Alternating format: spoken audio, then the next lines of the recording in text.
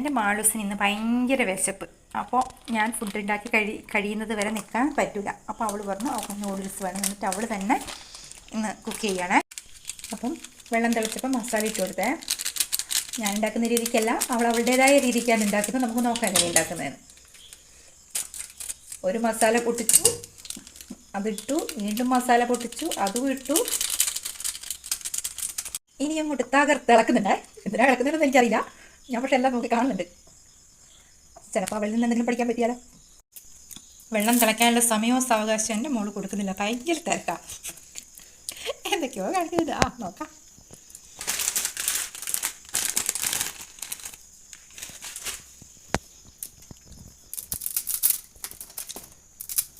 ഇങ്ങനെ പൊടിച്ചിടുന്നത്. അയ്യോ,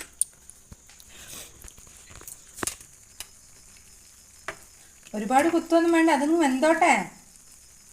തിരിച്ചിടണം. അത് ശരിക്കും ഒന്ന് ഇളക്കി കൊടുക്ക്. അതപ്പോ ഇത് വേവണം. ഈ സാധനം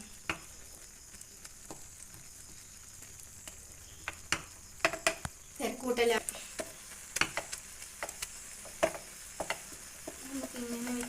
അപ്പം നൂഡിൽസ് റെഡി ആയിട്ടുണ്ട്. ഇത് ഞാൻ കഴിക്കുന്നു വിചാരിച്ചിട്ട് ഭയങ്കര പേടിയോടെ ഇരിക്കുക.